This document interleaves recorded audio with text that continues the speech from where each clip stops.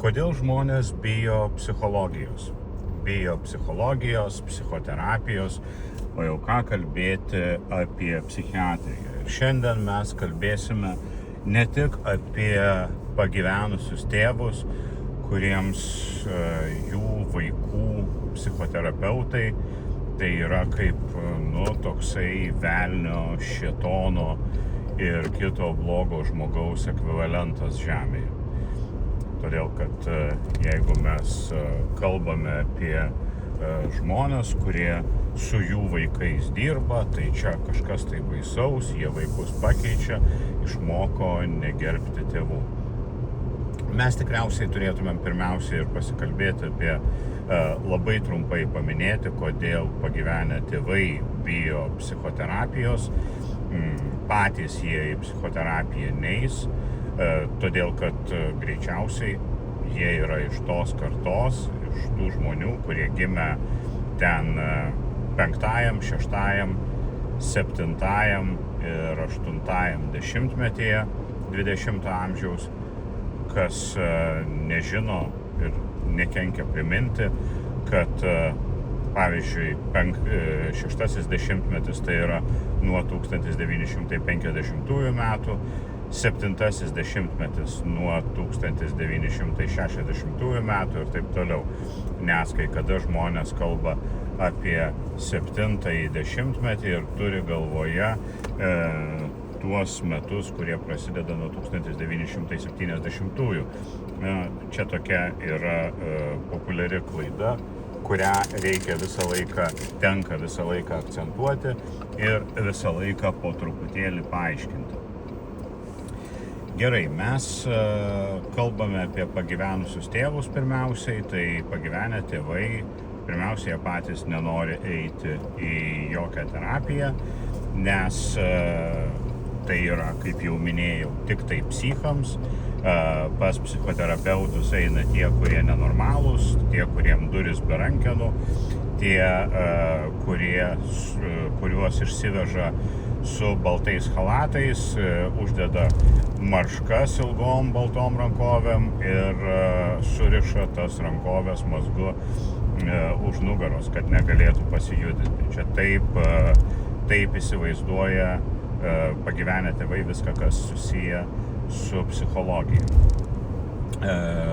Dar vienas dalykas, kai žmonės yra pagyvenusio amžiaus, jie pradeda labai išgyventi dėl savo autonomijos ir dėl savo subjektiškumo, dėl galimybių patiems priiminėti sprendimus ir patiems būti atsakingiams už savo gyvenimą, ir jiem iš karto atrodo, kad jeigu kažkas tai kitas su jais kalbės apie tai, kas yra jų galvoj, tai bus todėl, kad aplinka jais nepasitiki, aplinka galvoja, kad jie kvaili, kad jie seni, kad jie atsilikę ir kitokie visokie. Ir jie šito kratosi, maždaug geriau aš tegu būsiu durnas, bet savarankiškai, taip kaip man patinka, taip kaip aš esu įpratęs. Ir dar vienas dalykas, tai be jokios abejonės, kai suaugusių, pasenusių tėvų, suaugę vaikai pradeda savo psichoterapiją, kas yra labai dažnai paplitę šiais laikais, toj kartoj 9. dešimtmetį, 10. dešimtmetį gimusiems žmonėms, jeigu kalbam apie Lietuvą, tai tėvai pagyvenę pradeda matyti pasikeitimus, tokius pasikeitimus tuose vaikuose, kurie juos labai neramina ir jie supranta, kad jie pagaliau yra nebe vienintelis autoritetas to vaiko gyvenime. Jie save mato kaip autoritetą, kurį stengiasi išlaikyti, dažniausiai stengiasi išlaikyti kvailais, neefektyviais, prievartiniais būdais, manipuliaciniais būdais, grasinimo, bauginimo būdais ir taip toliau, bet tėvai tada jau galutinai supranta, kad iš jų atiminėja valdžią, autoritetą ir įtaką. Ir todėl jie bijo. Gerai, čia viską mes pasižiūrėjom pro tėvų, vaikų prizmę iš tos pusės, bet kodėl šiaip žmonės su labai dideliu atsargumu žiūri į terapiją ir labai dažnai kalba, net su tokiu išgąsčiu kalba, kad va tas ir tas buvo pas daktarus, vaikšto pas psichologą, arba pas psichoterapeutą, arba pas psichiatrą. Na, paprastas žmogus dažniausiai nežino skirtumo ir nesupranta. Mes apie tai jau esam kalbėję 100 kartų. Kalbėsim ir ko gero dar. Dabar ko gero nereikia prie to sustoti. Vienas geriausių paaiškinimų, greitų paaiškinimų, kuriuos aš girdėjau pastaruoju metu, nes visi nori greito ir aiškaus paaiškinimo, tai psichiatras yra medicininė profesija, tai yra medikas, tai yra žmogus, kuris yra šiaip gydytojas, turi pilną medicininį išsilavinimą ir dar psichiatrijos specializaciją. Psichologas tai yra pedagoginė arba sociologinė profesija, pasakykim taip. Tai yra labiau humanitaras. Psichoterapeutas gali būti ir psichologas, ir psichiatras. Tai yra psichoterapija, tai yra terapija, yra gydymas, gali vykdyti ir tas žmogus, kuris savo esme yra pedagogas, ir tas žmogus, kuris yra gydytojas pagal profesiją. Tai būna psichologas, psichoterapeutas, būna psichiatras, psichoterapeutas ir būna žmonės, kurie turi ir psichologo, ir psichiatro išsilavinimą ir kvalifikaciją ir dar jie turi papildomą kvalifikaciją psichoterapeutų, nes psichoterapeutas yra tas, kuris būtent gydo kalbėdamas. Aišku, čia galite prisikabinti ir pradėti toliau detalizuoti, nes pavyzdžiui yra tokie dalykai kaip klinikinis psichologas, tai yra tas žmogus, kuris dirba kaip psichologas, tai yra, jeigu pagal tą analogiją, kaip pedagogas su žmonėmis, kurie yra ligoniai, klinikinėje aplinkoje. Bet mes į šitą daugiau nesigilinkim. Kodėl žmonės, mūsų tema yra, kodėl žmonės vis dėlto šito bijo. Kodėl žmonės jaučiasi nejaukiai. Kodėl žmonės jaučiasi lyg kažkas čia tokio būtų pavojingo. Labai paprastas paaiškinimas ir pirmasis, tai psichologija yra visą laiką gilinimasis į psichologinius dalykus, yra visą laiką požiūrio pasikeitimas. Tai yra pasikeičiantis žmogaus požiūris į jo aplinką ir į jo reakcijas. Ir dažniausiai tai požiūrio pasikeitimas pakankamai radikalus ir labai pastebimas kaip pačiam žmogui, taip ir jo aplinkai. O pasikeitimas mus visus gąsdina. Žmogus kaip biologinė rūšis ir ne tik tai žmogus, gyvūnai irgi, jie labai, tiek žmonės, tiek gyvūnai, jie labai linksta prie stabilumo, prie to, kad būtų išvengta pasikeitimų, prie to, kad būtų taip, kaip yra, taip, kaip buvo anksčiau, todėl, kad tokiu būdu mes patiriam mažiausias energijos sąnaudas.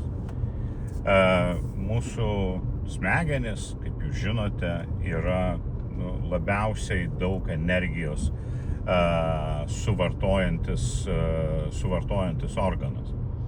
Smegenys yra tikrai labai godžios, jos ryja energiją, joms energijos reikia labai daug. Ir kuo labiau smegenys veikia aktyviu režimu, tai yra aplinkos įvertinimo, fiksavimo, kognityvinio proceso pastebėjimo, apmąstymo ir išvadų darimo, tuo labiau mes pavargstam. Galiu duoti labai vieną pavyzdį, kurį supras, patirs visi vairuotojai. Daugelis žinom, kad tą patį atstumą nuvažiuoti gerom eismo sąlygom ir dieną yra žymiai sunkiau negu nuvažiuoti tą patį atstumą naktį ir blogom eismo sąlygom. Vairavimas naktį žymiai labiau nuvargina. Ir jisai nuvargina todėl, kad vairuojant dieną mes tai darom žymiai labiau automatiniu, atsipalaidavusiu režimu. Tai vis tiek reikalauja dėmesio, tai vis tiek reikalauja koncentracijos, tačiau vairavimas dieną yra lengvesnis, todėl kad rizikų mažiau. Mes geriau matom kelią, mes galim labiau neskubėdami įsivertinti rizikas, mes galim būti labiau atsipalaidavę ir mūsų smegenys netaip įsitempia. Kai mes vairuojam blogom eismo sąlygom, kai mes vairuojam naktį, kai yra blogas apšvietimas, mūsų smegenys turi veikti žymiai intensyviau. Mes dėl to turim matyti žymiai sunkiau pastebimus dalykus. Mes turim interpretuoti daugiau dalykų, kurie yra neaiškus, kuriais mūsų smegenys turi užsiimti. Pavyzdžiui, kai mes vairuojam ir matom kitą iš kitos pusės atvažiuojančią mašiną, mes galim to automobilio greitį dieną pakankamai tiksliai įvertinti, kai mes matom visą automobilį, kai mes matom kitus automobilius aplinkui jį, kai mes matome aiškiai kelią supančius medžius, stulpus, pastatus, žmones ir kitus dalykus, mums yra pakankamai lengva. Tačiau, jeigu mes važiuojam naktį, mes dažnai nematome nei kelio, nei medžių ar stulpų, mes matome tik tai atvažiuojančio kito automobilio šviesas. Ir pagal šituos 2 taškus tamsoje nustatyti ne tik automobilio greitį, bet ir kryptį mums yra žymiai sunkiau.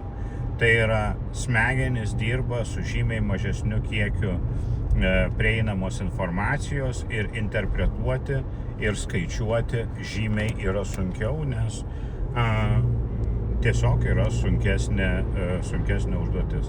Ir smegenys pavargsta labiau. Kodėl aš apie viską šitą pasakoju? Aš apie viską šitą pasakoju, kad paaiškinčiau, kodėl žmogus vengia pasikeitimo, kodėl žmogus vengia naujumo ir vengia kažkokiu tai netikėtų, stimuliuojančių situacijų. Todėl, kad tai yra evoliucinis būdas taupyti energiją ir nepervargti. Mes jau esam kalbėję, kad tik tai labai mažas procentas, apie 10% žmonių yra sukurti taip, tai yra, kai kas sako, kad tai evoliucinis defektas, kai kas sako, kad tai apskritai būtent taip ir yra sumanyta, kad evoliucija progresuotų, kad žmonija progresuotų, kad žmonių giminė apskritai vystytųsi. Ir vėlgi ne tik žmonių, bet ir kai kurių gyvūnų.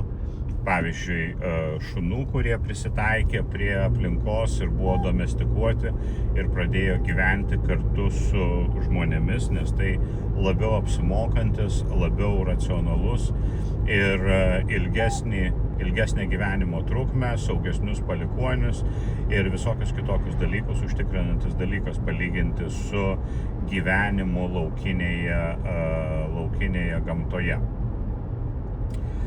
Tai va, ir jeigu mes kalbame jeigu mes kalbame apie žmogų, tai yra mažas procentas žmonių, kurie apskritai yra taip pagalasti ir nustatyti, kad jie visą laiką siekia pasikeitimų, siekia naujumo. Tiem žmonėms yra lengviau mokytis, tiem žmonėms yra lengviau statyti naujas neuronų jungtis. Tie žmonės visą laiką siekia ne tiek stabilumo, kiek stimulacijos. Tai yra naujų dalykų. Mus moko nauji dalykai, stimuliuojantis dalykai, kur mūsų organizmas, mūsų smegenis nebegali dirbti vien tik tai pagal senuosius patternus, pagal automatizuotus, išmoktus dalykus, pagal tai, kaip buvo anksčiau. Mažas procentas žmonių veikia kitaip ir būtent tie žmonės ir varo į priekį civilizaciją, o likę 90 procentų jie užtikrina stabilumą. Jie užtikrina stabilumą ir jie užtikrina šiokį tokį perduodamumą ir ramumą ir taupimą energijos. Čia lygiai tas pats kaip su automobiliu. Jūs žinote, kad važiuoti, pavyzdžiui, kokius 90 ar 100 km per valandą greičiu yra žymiai mažesnės energijos sąnaudos, ypač moderniame optimizuotame automobilyje su gerai kontroliuojamu varikliu ir greičių dėže, negu važiuoti 130 ar 140 km per valandą. Ten yra, nuvažiuoji greičiau, bet yra neproporcingai neekonomiška. Kodėl neproporcingai neekonomiška, tai čia galima paminėti, todėl kad oro pasipriešinimas auga ne tiesinė priklausomybė, ne tiesinė progresija, bet geometrinė progresija priklausomai nuo greičių. Tai yra, kai mes važiuojam 100 km ir padidinam greitį iki 110 km, tai kuro sąnaudos dėl padidėjusio oro pasipriešinimo padidėja ne 10 procentų, bet gali padidėti kokią 30 procentų ar panašiai.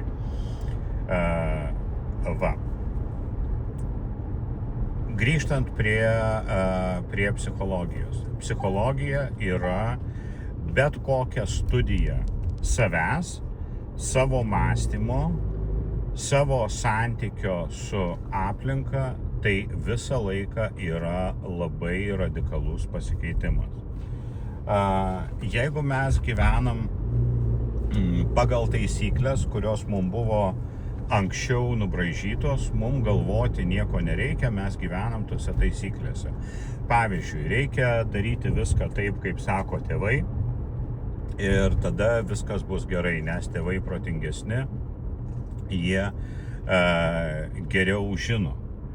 Jeigu mus gėdina aplinka arba mums indukuoja gėdos ir kaltės jausmą, mes turime elgtis taip, kad mums nekiltų tas gėdos ir kaltės jausmas, kad mus priimtų aplinka.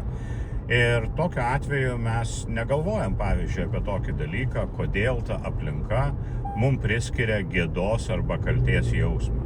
Ar gali būti taip, kad aplinkui esantys žmonės nori, kad mes būtumėm jiems patogus ir tokiu būdu mumis manipuliuoja, kad keistų mūsų elgesius. Nes bet kuri manipuliacija yra vertimas žmogaus elgtis taip, kaip jisai nenori.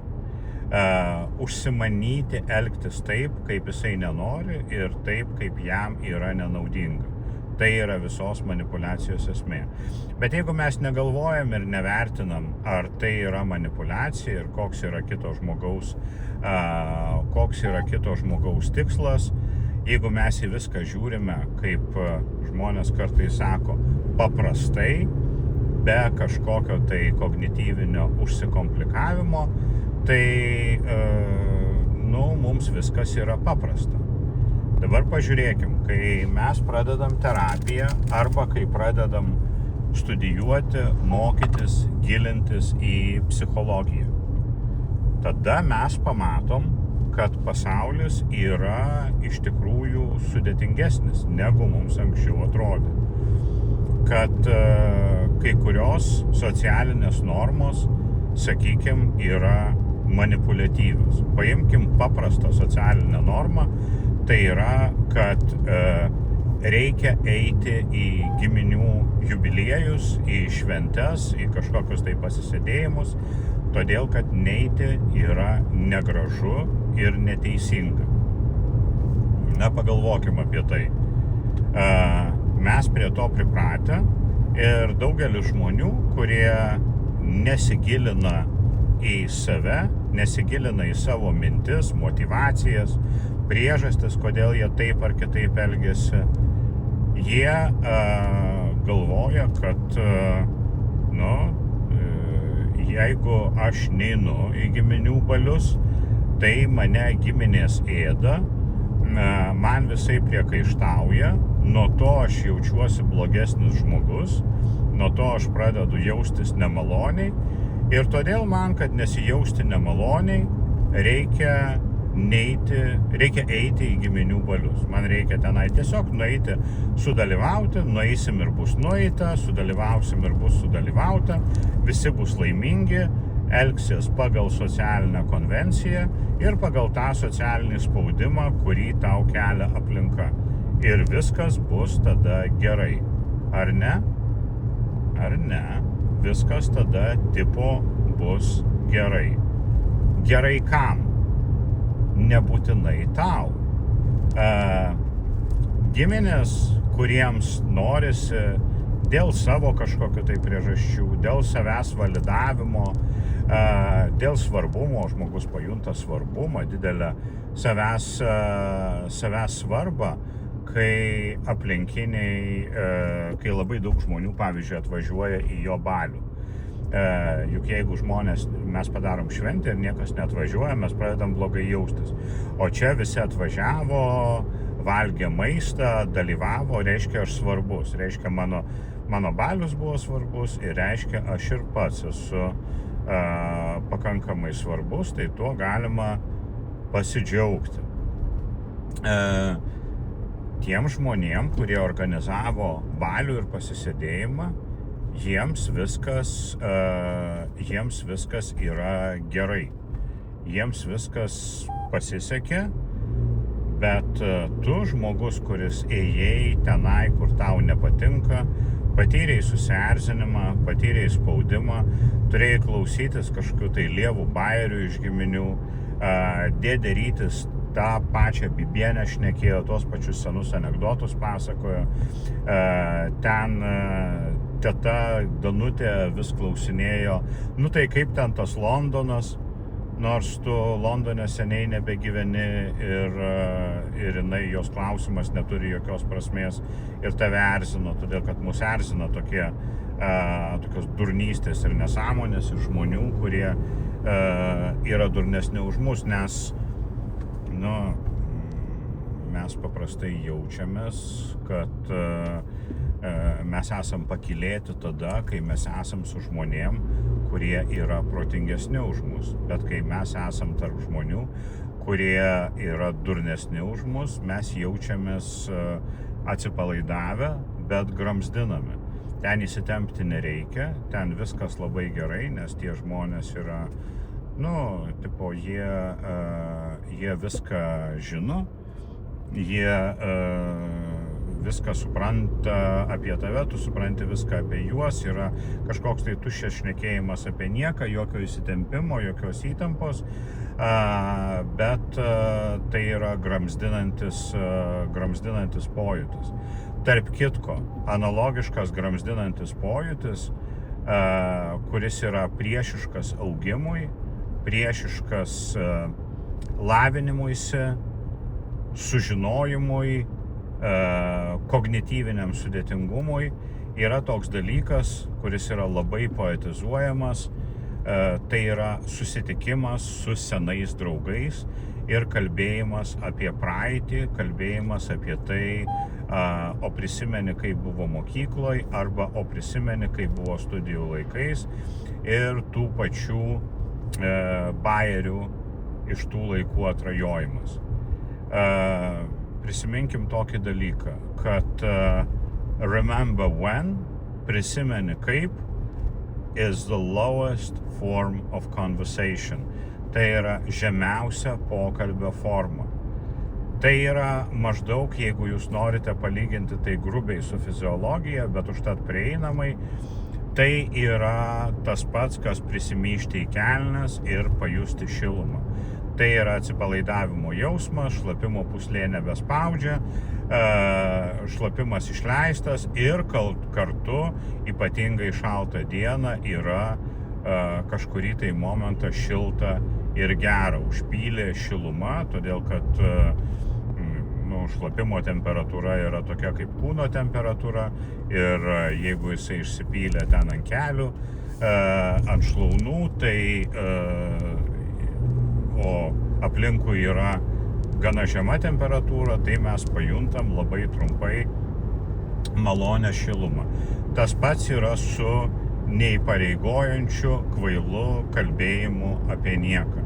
Tai labai poetizuojama įvairiose reklamose, kai rodoma, kaip susitiko seni draugai, senos draugės ir jos šnekasi apie nieką, prisimena senus laikus, čiulba ulba, plepa klepa ir taip toliau, ir jiem visiems taip labai jau smagu, jie jaučia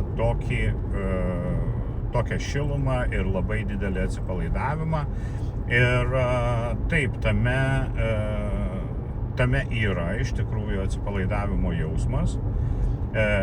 Ypatingai tai gali padėti ir gali būti toksai negydantis dalykas, bet truputėlį įtampą sumažinantis psichologinis dalykas labai nerimastingiem žmonėm. Todėl, kad tai yra ne nerimo, o atsipalaidavimo teritorija.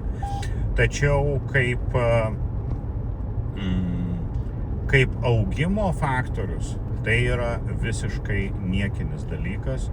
Jisai neturi jokios vertės, dar daugiau jisai yra visiškai neproduktyvus. Jisai yra mus tik tai gramzdinantis žemyn. Tai yra kalbėdami apie tai, kaip buvo ir susičekindami senus prisiminimus, kartodami tą patį, tuos pačius senus bajerius, juokdamėsi iš tų pačių senų patikrintų saugių bajerių, mes esam toj teritorijai, kur mes visiškai neaugame, o jeigu mes neaugame, tai reiškia, kad tuo pačiu metu mes degraduojame. Viskas yra tokiu būdu labai, labai paprasta. Tai būtent degradavimas vyksta iš visų jėgų tokioj situacijoj. Ir bet kuris dalykas susijęs su mokymusi, dalykas susijęs su mūsų bet kokiu apmąstymu, kodėl mes darom dalykus, kas motyvuoja tuos dalykus, kokios priežastys mus verčia vienaip ar kitaip elgtis, kokios priežastys mus verčia vienaip ar kitaip jaustis, kodėl mes pasijutome taip ar kitaip, ar mes jaučiame baimę ar nerimą, ar pasididžiavimą, ar pakylėtą jausmą ir taip toliau. Visa šita analizė veda prie mūsų pasikeitimų. Tai yra, mes dalykus darome daugiau nebe automatiškai, bet mes dalykus darome intensiškai. Mes dalykus darome taip, kad mes galėtumėm į tuos dalykus aktyviai kreipti dėmesį. Ir kai atsiranda šitie įgūdžiai, kai atsiranda įpročiai galvoti, žiūrėti, kodėl aš darau taip, kodėl aš laikau šakutį ir peilį ir šakutę atitinkamomis rankomis, o šaukštą irgi tam tikrą ranką dešinėj, o ne kairėj.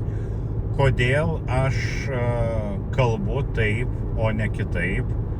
Kodėl aš neleidžiu savo arba nepanyru į tą, kad aš sakau nesąmoningus dalykus, arba grinai tokius automatinius dalykus, štampus, klišės, bet kalbu dalykus įsisąmonintus ir turinčius prasmę.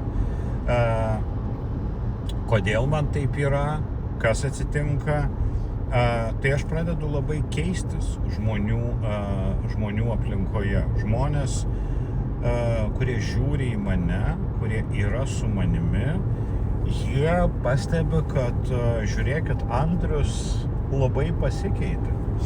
Arba tas ten kitas Laurynas, arba Laura, arba Aistė, arba Sigutė labai pasikeitė, jinai visai buvo kitokia.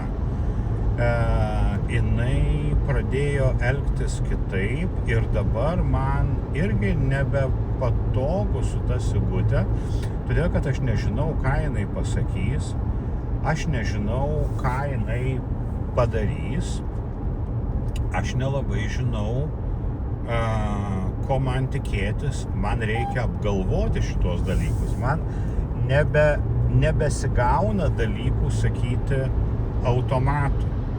Socialiniai papročiai, socialiniai kažkokie tai šablonai to žmogaus atveju pradeda nebegalioti. Viena vertus jisai mus visą laiką kažkuo tai gali nustebinti. Bet kitas dalykas, mes su juo nebesijaučiam tokie saugus. Todėl, kad mes jo negalim prognozuoti. Jisai savo elgesių asortimentą išplėtė. Jo paletė yra didesnė. Iš jo galima tikėtis iš tokio žmogaus, kuris pradėjo domėtis psichologija arba lankyti psichoterapiją arba kažkaip tai dar kitaip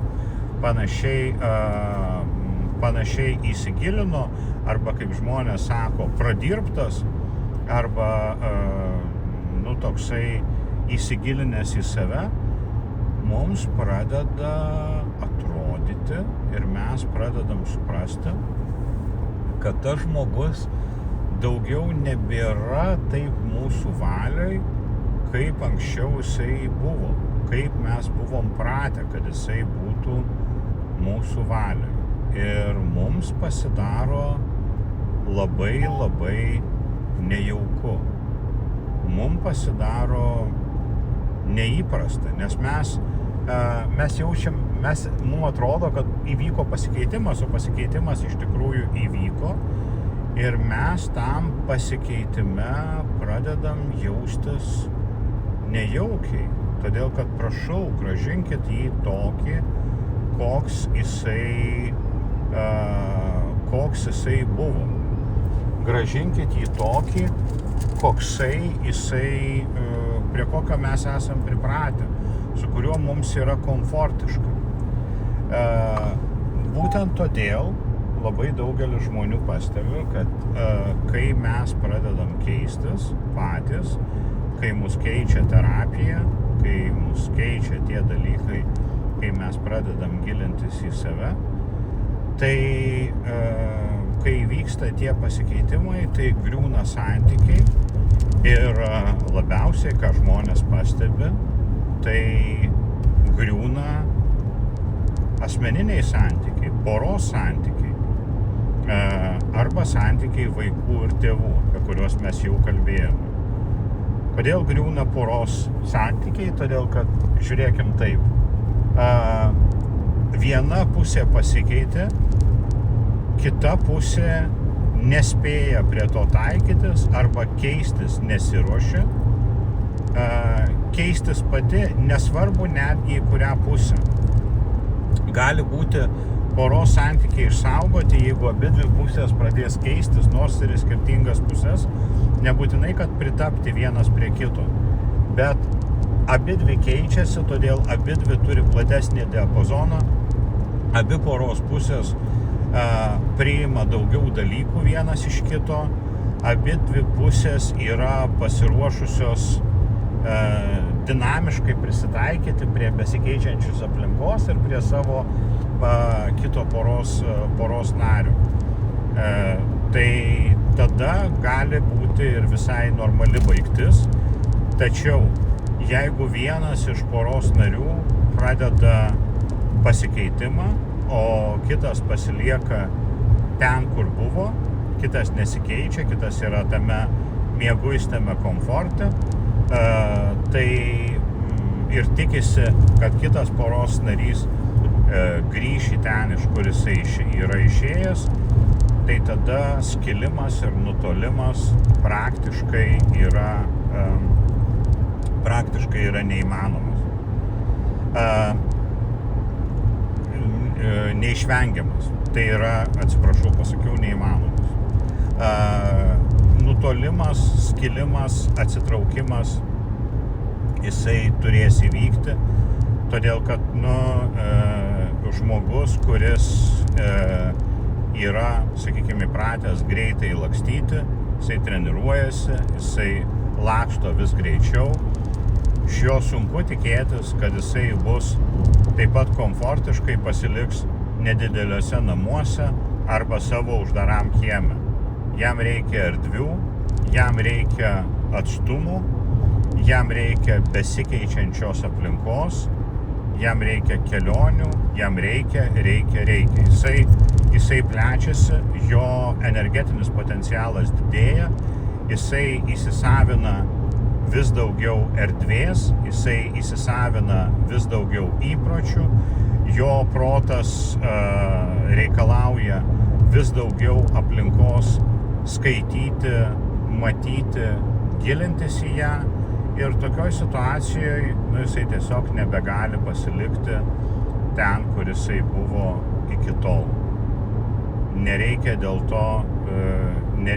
to liūdėti, tiesiog taip yra.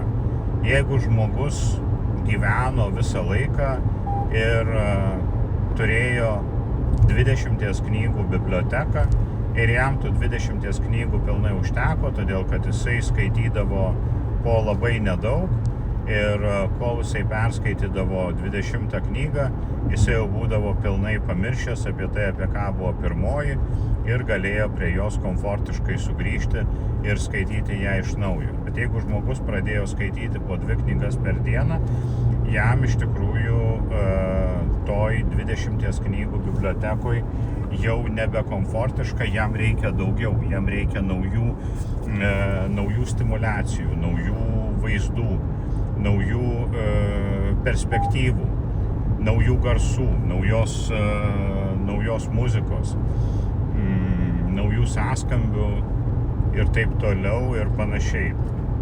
Jisai vis didesnę dalį jo supančio pasaulio pradeda apimti. Ir jeigu kitas žmogus yra vis dar patenkintas mažam uždaram lukštelėje, kevalėlėje, su juo yra pakankamai, žmonės sako nuobodu, bet čia toks labai buitinis žodis. Trūksta stimulacijos, trūksta to, kas gali mus plėsti. Todėl, kad aplinka mus arba migdo, ir atsipalaidavimas, ilsėjimasis yra irgi migdymo variantas, miegojimo variantas, arba aplinka mus stimuliuoja, plečia, kelia viršun. Ir kol mes esam šiaip gyvi, kol mes galime save plėsti. Kai mes pavargstame save plėsti, kai nusprendžiame savęs nebeplėsti, kai nusprendžiame tik ilsėtis, po to ateina, sakykime taip, vystymosi sustojimas ir mirtis pirma intelektinė, o paskui ir fizinė. Neatsitiktinai labai daug žmonių, kurie neturi jokios užduoties išskyrus savo tiesioginės darbo pareigas, tai kalbama yra apie vyrus išėjusius į pensiją. Kai vyrai išeina į pensiją, tai po labai trumpo laiko jie pavargsta, sustoja, sulėtėja labai ir neišgyvena nei 5 metų po išėjimo į pensiją. Vidutinis laikas yra apie 2-3 metus, kiek trunka vyro gyvenimas išėjus į pensiją, jeigu jisai neturi interesų, neturi užsiėmimų, neturi kas jį praplėtinėja,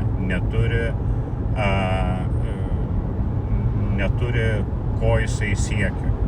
Ir tai yra visiškai natūralu ir visiškai suprantama. Pavyzdžiui, vanduo teka tik tai tada, kai yra spaudimo aukščio kažkoks tai diferencialas. Juk negali būti krioklio lygioj vietoj. Kad būtų krioklys upėje, turi būti viena vieta aukštesnė už kitą. Ir tada vanduo kris į apačią ir tada bus krioklys. O lygioj vietoje, jeigu nėra jokios tėkmės, tai yra stovintis vanduo ir tas stovintis vanduo pradeda gesti, apauga maurais visokiais, jisai pradeda neskaniai kvepėti ir vandens telkinys pasidaro toks kaip ir numiręs. Ir kai žmogus, kuris yra tokioj snaudimo būsenoje, kai žmogus yra tokioj būklėj, kad jisai mato, kad aplinkui viskas yra labai lėta, jisai mato, kad jisai pats yra poilsio tokioj būseno, atsipalaidavimo ir visko, ir staiga jisai pamato greitą judesį iš šono, greitus pasikeitimus, o jau kalbėjom apie psichologiją ir mes vėl prie to sugrįžtam, kad tai yra visada apie ryškų pasikeitimą, apie ryškų augimą. Tik atrodo, kad terapija yra labai lėta. Jinai yra galbūt lėta palyginti su, nežinau, kokiais plytų pakrovimo iškrovimo darbais arba žolės šienavimu arba dar kitų dalykų, kur labai staigiai galima pamatyti ryškų skirtumą arba žmogus nueina apsikirpti ir po valandos jisai jau labai pasikeitusios išvaizdos yra. Bet šiaip psichologija yra pakankamai greita, todėl kad jinai yra pilnas žmogaus perstatymas. Yra perstatymas žmogaus santykio su aplinka, o mūsų santykis su aplinka tai ir yra visa mūsų asmenybė. Mūsų apibrėžia ne tai, kokie yra įvykiai aplink mus, bet tie įvykiai ir mūsų reakcija į juos, mūsų santykis su jais. Todėl ir sakom, kad bet kurioj gyvenimo situacijoje mes turime pasirinkimą. Mes galim neturėti pasirinkimo, ar tame dalyke, ar rytoj lis lietus ar ne. Galbūt lis, galbūt nelis. Ir jeigu tas lietus lis, kas nepriklauso nuo mūsų, mes galime pasirinkti savo santykį su tuo. Mes galime išeiti į lauką arba pasilikti namuose.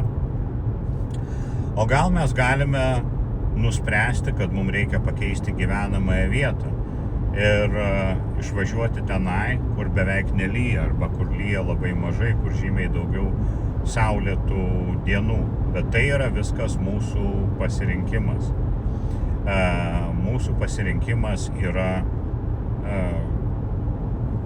kur mes keliaujam ir kur mes būnam. Kelintą valandą mes keliamės ir kelintą valandą mes gulam.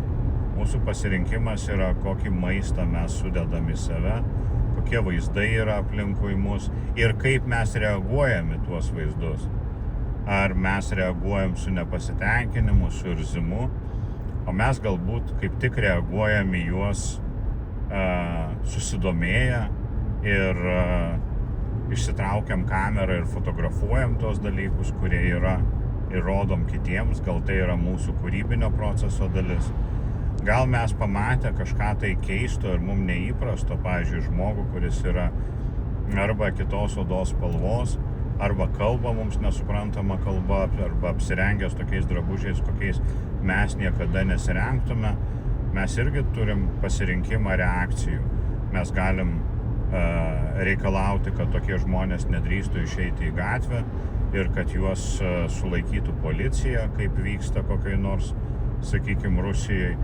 Arba mes galim sakyti, kad, iš tikrųjų, tai kaip įdomu, mes galim tos žmonės užkalbinti, mes galim, jeigu mes negalim su jais šnekėtis dėl kalbos barjero, mes galim pradėti jais domėtis, mes galim pradėti pasiskaityti apie juos, kodėl jie tokie, ką jie to bando pasakyti, kaip jie apibrėžia savo vietą pasaulyje, kodėl jie tokie, o ne kitokie.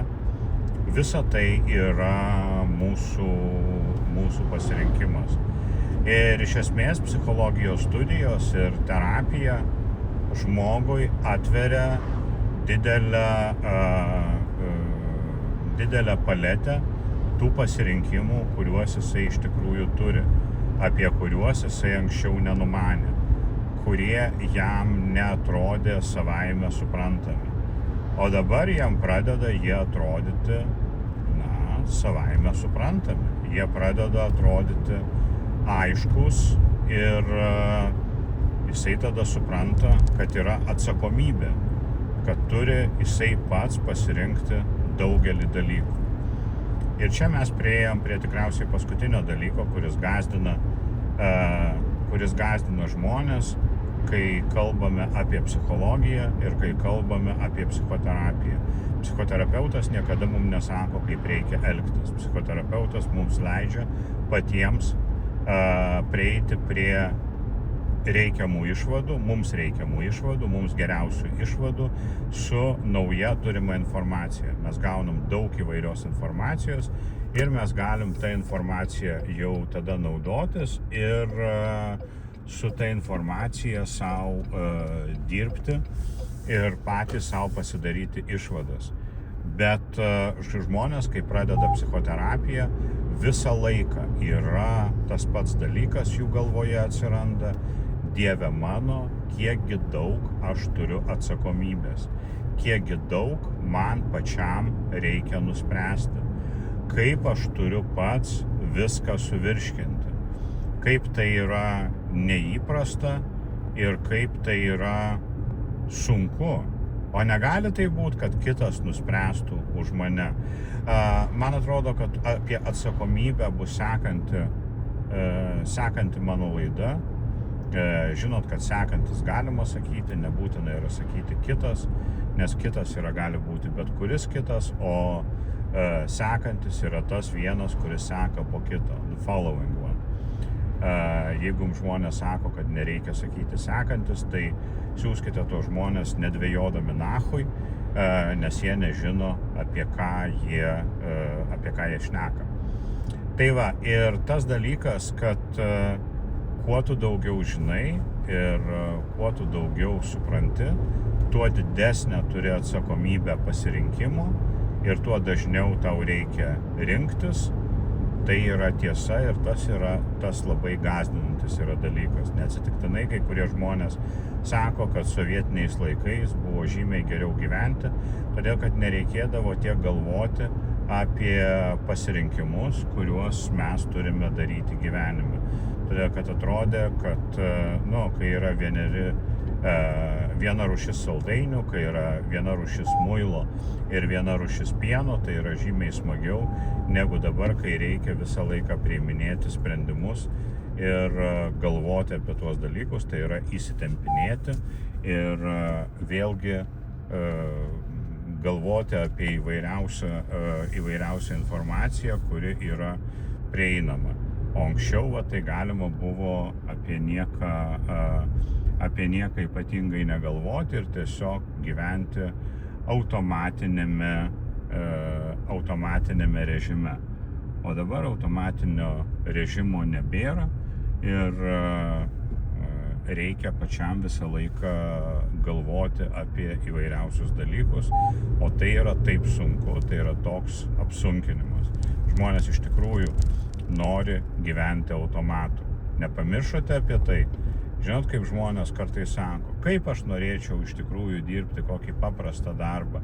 Norėčiau eiti, tvarkyti namus, apie nieką negalvoti, ateini, sutvarkai namus, namai gražiai sutvarkyti, išeini ir apie nieką sukti galvos nereikia. Kiekviena diena su trumputė pradžia ir pabaiga ir tu pasidarai ir nereikia apie nieką galvoti.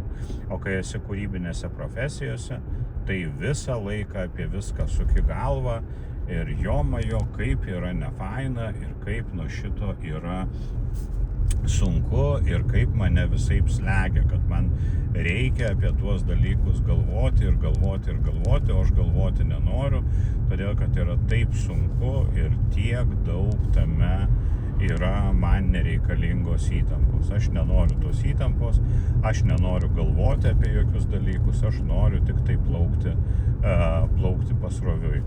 Ir čia yra toksai, tam tikras žmonių maištas. Todėl, kad jeigu tu esi maištas prieš savo natūrą, jeigu tu esi kūrybinis žmogus, tai tu neišvengiamai visą laiką galvoji, tu dirbi 24/7 ir taip, tai yra visiškai kitokios sąnaudos tavo protinių pajėgų, tavo smegenų veiklos ir taip tai yra sunkiau, bet apdovanojimai žymiai didesni ir vienas iš apdovanojimų yra, kad tu pats sprendi apie save dalykus, o ne kiti apie tave sprendžia. Žmonėms su šituo dalyku dažnai būna labai nelengva ir labai nefaina, todėl kad, iš tikrųjų kaina tos nepriklausomybės ir savo laisvai priimamų sprendimų, jinai yra pakankamai didelė. Ačiū, kad klausėtės, ačiū, kad remiate mane, ačiū, kad jums įdomus tie patys dalykai, kurie yra įdomus man. Iki kitų kartų. Čiau.